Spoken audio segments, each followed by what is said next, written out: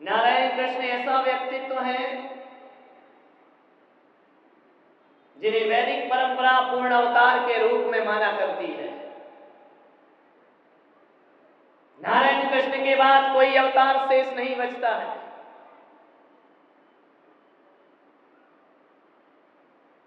और एक बात याद रखना कि जेल में पैदा होना बुरी बात नहीं है।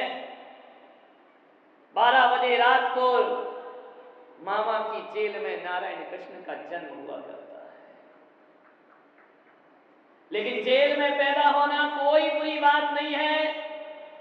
नारायण कृष्ण ने संदेश दिया कि जेल में पैदा होना बुरा नहीं है, जेल में जीना और जेल में मरना बुरा हुआ करता है, जन्म लेना जेल में बुरा नहीं हुआ करता है। नारायण कृष्ण ने कहा कि आदमी जन्म से नहीं, आदमी कर्मों से महान। बस यही महावीर का संदेश है कि जन्म से कुछ नहीं, जीवन महत्वपूर्ण होता है। आप कहां पैदा हुए इसका कोई मूल्य नहीं है। आप कहां जिए और कहां मृत्यु को प्राप्त हुए इसका बहुत मूल्य जीवन में हुआ करता है। नारायण कृष्ण का जीवन बड़ा उतार चढ़ाव भरा। मैं सोचता हूं कि दुनिया में हजारों करोड़ों महापुरुष और महात्मा पैदा हुए, लेकिन नारायण कृष्ण जैसा जीवन दुनिया में कोई जी ना सका।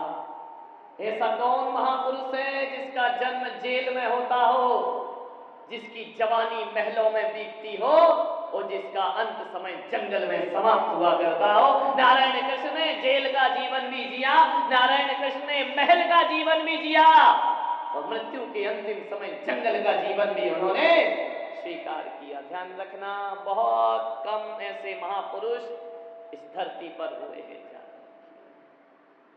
एक बात याद रखना, कृष्ण ने जो किया वो तुम मत करना। बहुत पिटोगे, ध्यान रखना, इतने पिटोगे कि जहां वो पैदा हुए वहां तुम्हारी मौत होगी। ध्यान रखना, कृष्ण ने जो किया वो कृष्ण जैसे महापुरुष ही कर सकते हैं। आप और हमारे जैसे साधारण लोगों के बस की बात नहीं है। एक राम हुए, एक कृष्ण हुए। जग में सुंदर है दो नाम, चाहे कृष्ण कहो या राम। बोलो राम राम राम राधे श्याम श्याम श्याम। दो ही नाम सुंदर हैं, कृष्ण और राम। याद रखना, कृष्ण ने जो किया वो तुम मत करना और राम ने जो कहा वो तुम जरूर करना। कृष्ण और राम में इतना ही अंतर है कि कृष्ण ने कर्म योग को जुबान से बताया और राम ने कर्म योग को जीवन से जी करके दिखाया। एक की कथनी और एक की करनी। राम की कथनी नहीं, करनी महत्वपूर्ण है और कृष्ण की करनी नहीं, राम की कृष्ण की कथनी बहुत। कृष्ण ने जो गीता में कहा वो तुम करो और राम ने जिंदगी भर जो जिया वो तुम अपने जीवन में। राम ने कोई उपदेश नहीं किए, राम ने कहीं प्रवचन नहीं किए।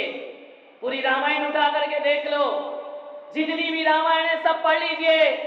राम ने कोई प्रवचन सभा नहीं लगाई, राम ने कोई समोसरण नहीं लगाया, राम ने कहीं कोई प्रवचन नहीं दिए, क्योंकि राम का जीवन प्रवचनों का प्रवचन था, उदाहरणों का उदाहरण था। उन्हें प्रवचन देने की कोई जरूरत। और कृष्ण ने युद्ध के मैदान में गीता उतारने की ताकत रखा करते हैं, वो नारायण कृष्ण हुआ करते हैं धरती में।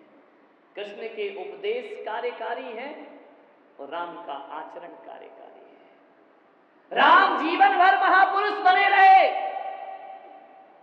राम ने जीवन भर देवता बनने का पुरुषार्थ किया। श्री राम भगवान बनकर जिए, कृष्ण ने अपने जीवन में कभी देवता या भगवान बनने का पुरुषार्थ नहीं किया। उन्होंने तो जीवन भर एक मानव के रूप में जीते रहे, एक इंसान के रूप में जीते रहे। कृष्ण ने मानवता का धर्म दिया और श्री राम ने देवत्व का धर्म इस धरती को सौंप कर चले गए। 3 महापुरुष हुए, राम, कृष्ण, महावीर। बड़े आदर्श से इस देश के कृष्ण और महावीर तीनों के जीवन बिल्कुल विपरीत। राम ने जीवन भर मर्यादाओं का निर्माण किया। राम मर्यादा पुरुषोत्तम कहलाए। राम ने जीवन इतना मर्यादित कर दिया, इतना सीमित कर दिया। राम ने जगह जगह मर्यादाओं की रेखा खींची। राम ने जन्म से लेकर निर्वाण तक कभी श्री राम ने मर्यादाओं का उल्लंघन नहीं किया। उनका जीवन बड़ा मर्यादित था। और तुमने पूरी रामायण में कहीं नहीं देखा होगा कि राम ने कभी वन में नृत्य किया हो, राम ने रास रचाए हो, राम ने लीलाएं की हो। ध्यान रखिए, राम गंभीर बने रहे, राम हमेशा सीरियस बने रहे, राम मर्यादित रहे। कभी भी उन्होंने सामाजिक, पारिवारिक व धार्मिक मर्यादाओं का उल्लंघन नहीं किया। कभी तुमने देखा कि राम नाच रहे हो धनुष बाण लेकर के? जीवन में कभी नृत्य नहीं किया। जब मैंने राम के जीवन को पढ़ा तो इतना मर्यादाओं में कस दिया राम ने जीवन को। कभी कभी ज्यादा अनुशासन और ज्यादा मर्यादाएं जीवन को नीरस बना देती है। राम के जीवन में कोई रस ना था। राम तो मर्यादा के रस में डूबे थे। लेकिन राम भक्तों के लिए देखा जाए तो कोई नृत्य नहीं, कोई थिरकन नहीं, कोई उत्सव नहीं, कोई महोत्सव नहीं। राम के पास केवल सीमाएं ही सीमाएं हैं। कृष्ण ने देखा कि राम की जीवन शैली इस देश पर पूरी तरह से आ गई तो ये देश तो बड़ा नीरस हो जाएगा, आदमी के जीवन का आनंद खत्म हो जाएगा। राम अवतार के बाद आज के दिन इस धरती पर कृष्ण अवतार होता है। और एक बात याद रखो ग्वालियर वालों, यदि कृष्ण के जीवन को पढ़ोगे तो राम ने जितनी मर्यादाओं का निर्माण किया, कृष्ण ने सारी मर्यादाओं को तोड़ करके रख दिया। एक भी मर्यादा नहीं रहने दी। कृष्ण ने कोई मर्यादित जीवन नहीं जिया। नारायण कृष्ण ने राम के बनाए हुए सारे संविधान तोड़े। नारायण कृष्ण ने राम की बनाई हुई सारी मर्यादाओं को तहस नहस किया। उन्होंने कहा कि नीरस हो गया ये देश, अब नीरस देश के भीतर नृत्य भरना चाहिए, उत्सव भरना चाहिए।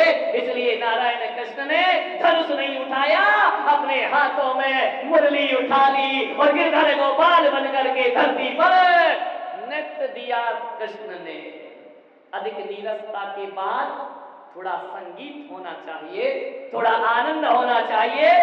राम की नीरसता में सरसता भरने नारायण कृष्ण का जन्म हुआ करता है इस धरती पर। उन्होंने लोगों के भीतर थिरकने पैदा की, संगीत पैदा किया, उन्होंने रास रचाए।